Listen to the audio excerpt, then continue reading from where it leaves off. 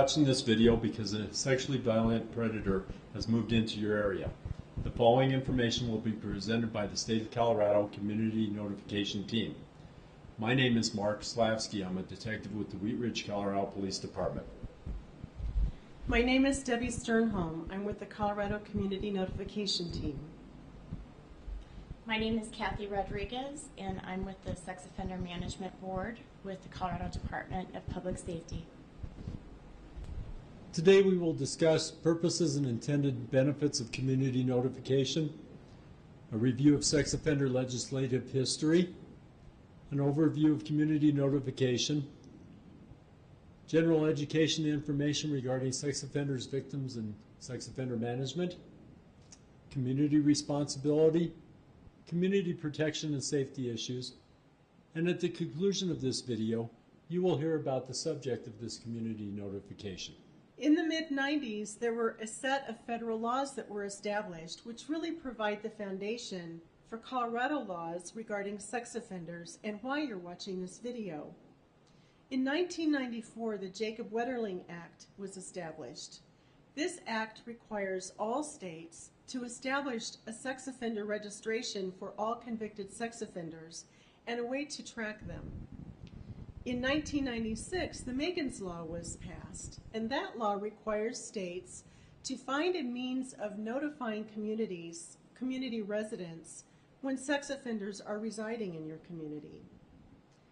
The Pam Lynchner Act of 1996 amended the Jacob Wetterling Act by providing lifetime supervision for some sex offenders, as well as a national sex offender registry.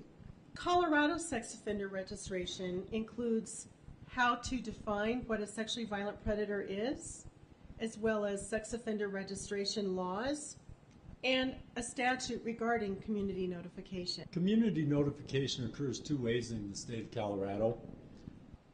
Community members may visit their local law enforcement agency and review a list of all sex offenders that are registered in that community. Also, law enforcement comes to the community via a community meeting or this video to alert you to sexually violent predators that are registering in your area. So you might ask, what is a sexually violent predator? First and foremost, you need to remember that this is a label given to identify the highest risk sex offender. It does not necessarily describe the sexual offense. Every state has a way of identifying the highest risk offender and separating that out from other sex offenders who may not be given that label. In Colorado, there are two ways to identify sexually violent predators. The first way is when the offender committed the crime in Colorado. The offender must be an adult, or if they were a juvenile, they must be tried as an adult. The crime must meet certain criteria, such as crime type, the commission date, and the date of conviction. Then that offender meets the criteria to be given an assessment, which is conducted by an approved treatment provider as well as a probation or a parole officer. If the offender meets the criteria of a sexually violent predator, then that probation or parole officer makes a recommendation to the court, who must make the actual finding. The second way a person can be identified as a sexually violent predator in Colorado is if that offender committed their crime and was convicted of that crime in a different state. Remember, all states have a way of identifying the highest risk offenders, but some states call them something different. If the label given to the offender from another state is equivalent to Colorado's label of sexually violent predator, then that offender is given the label of sexually violent predator in Colorado. By Colorado statute, all designated sexually violent predators are subject to community notification. Community notification begins when the Department of Correction, parole, probation, or another state notifies local law enforcement that a sexually violent predator is arriving in that community. The sexually violent predator must register with the local law enforcement agency. That agency notifies the Colorado Bureau of Investigation, and that agency also conducts a community notification in accordance with the Sex Offender Management Board criteria, as outlined in the Manual for Colorado Law Enforcement. Colorado Bureau of Investigation places the sexually violent predator on the internet within 3 days, and that site is at sor.state.co.us. There are some important things that you should know about sex offenders and some misconceptions that may be out there. Some people believe that the majority of sex offenders are placed into prison. However, most of them are not even caught or detected. In fact, less than 16% of sex assaults are ever even reported to the authorities. Over 80% of sex crimes go unreported. In Colorado, research has shown that 1 in 4 women and 1 in 17 men have been sex assault victims in their lifetime. Some people believe that they can spot a sex offender. There really is no typical sex offender. However, it is important to remember that they all tend to be deceptive, manipulative, and secretive in the way in which that they commit their offenses. Some people also think that sex offenders have a long history of criminal behavior, when in fact many sex offenders have no criminal history. In addition, studies show that 75% of sex offenses are carefully planned. They are not acts of impulsiveness. With regards to sex offender characteristics, it's important to know that most sex offenders engage in what we call crossover behavior. This means that although an offender might be caught for one type of offense, this person is many times at high risk to commit another type of offense. Someone may be convicted of victimizing a victim of a certain age, but that doesn't mean that they're not at risk of harming someone of another age. Most sex offenders are male.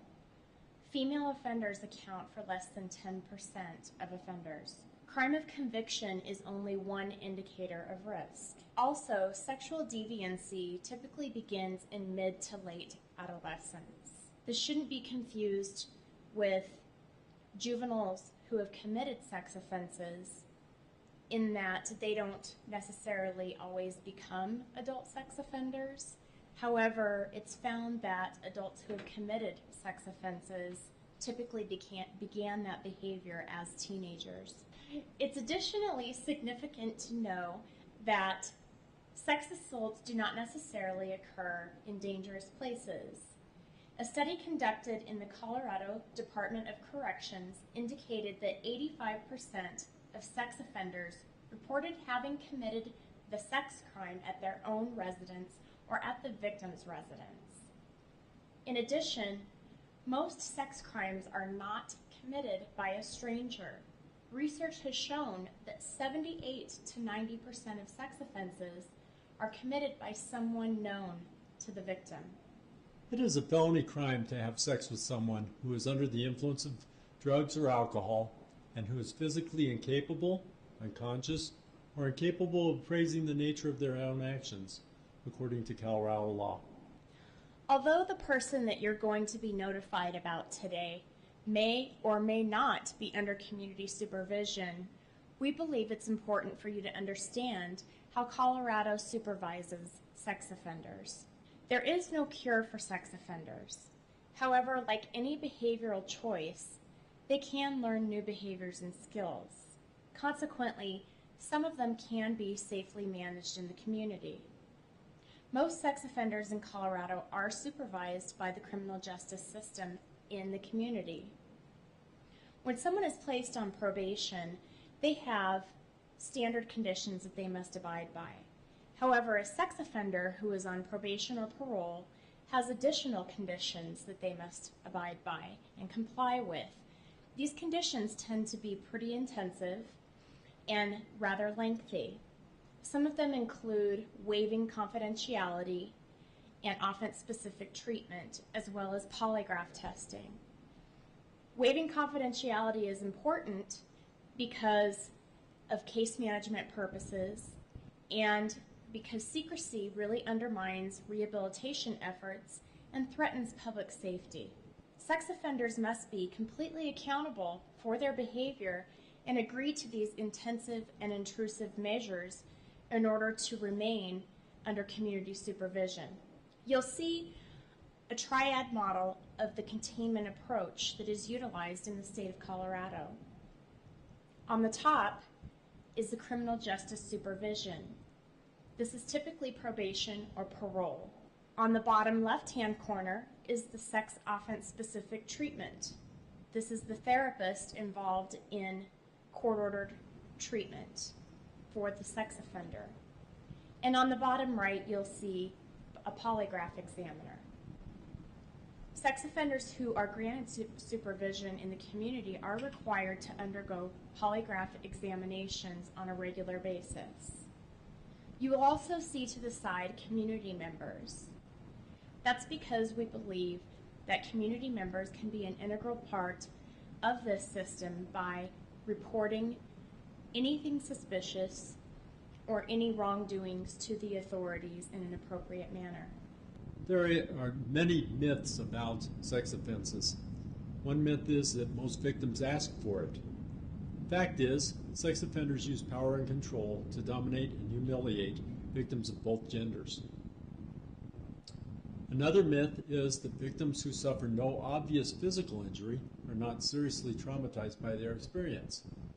That is not true at all. Only about 4% of rape victims sustain serious physical injuries as a result of rape. In fact, 70% reported no physical injuries at all. All victims suffer from the effects of being raped. The impact of victims of sex offenses are varied, and there is no norm. Victims may exhibit many different responses, including crying, anger, being quiet or withdrawn. Sexual assault by someone known to the victim creates even more difficult recovery processes. Victims often develop post-traumatic stress disorder, and long-term effects include anxiety, eating disorders, flashbacks, divorce, loss of sexual interest, loss of concentration, and sleeping disorders. Victims of sexual assault are 3 times more likely than the general population to suffer from depression and are 13 times more likely to attempt suicide. They have greatly increased rates of substance use or abuse and a higher rate of unwanted pregnancy. And they also have an increased risk of involvement within the judicial system. One of the ways to combat that is to control the response and minimize it, which is done when the victims are supported and believed by their families and members of the community. The community has a vested interest in helping the offender be successfully managed within the community. Sex offenders have the same need for housing and employment as other citizens, and harassment is counterproductive to the goals of the community management and may cause the offender to go underground where they cannot be supervised at all. Sexually violent predators must register with the local law enforcement agency where they live. They must do that on a quarterly basis for the rest of their life. The law enforcement agency will verify each registration on a quarterly basis, and these offenders must register their email addresses and internet identifiers with the local law enforcement agencies. Sexually violent predators do not represent all dangerous sex offenders, and community notification process is not a complete deterrent to sexual assault. Remember that most offenders are not known to us because most offenses are not reported. Harassment, threats, intimidation of the offender is counterproductive to the best interests and safety of the community. We want them visible, we want them registered in the community. We do not want them underground. The harassment or threats to these people is criminal and will be investigated, and the actor will be subject to prosecution. There is no way to protect yourself in all situations, and the following tips and advice cannot completely eliminate the risk of sexual assault. However, they may provide you with information to prepare you for potential situations. Many people are concerned about what to tell their children about sexually violent predator that moved into their area. Avoid any scary details. Be honest and use language that is age appropriate. Teach your children not to harass or visit the offender's home or yard. Teach your children to tell safe adults if anyone acts inappropriately toward them, if they're too friendly, if they're threatening, if they're just acting creepy. Should pay close attention to your child's thoughts and feelings. Role play with your child.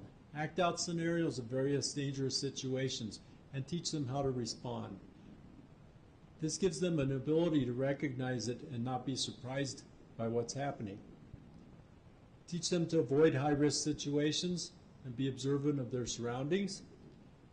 Teach them to be thoughtful and to use good judgment when choosing their friends and partners. Teach them appropriate social behaviors. Teach them the correct names for body parts. And teach them that adults are not always right. And teach children the importance of honesty and the danger of keeping secrets. Thank you. In just a few moments, you will receive information about the sexually violent predator that has moved into your community and other information relevant to your neighborhood. Please take the time to view or copy the resources outlined on the next slide. And thank you again for your attention.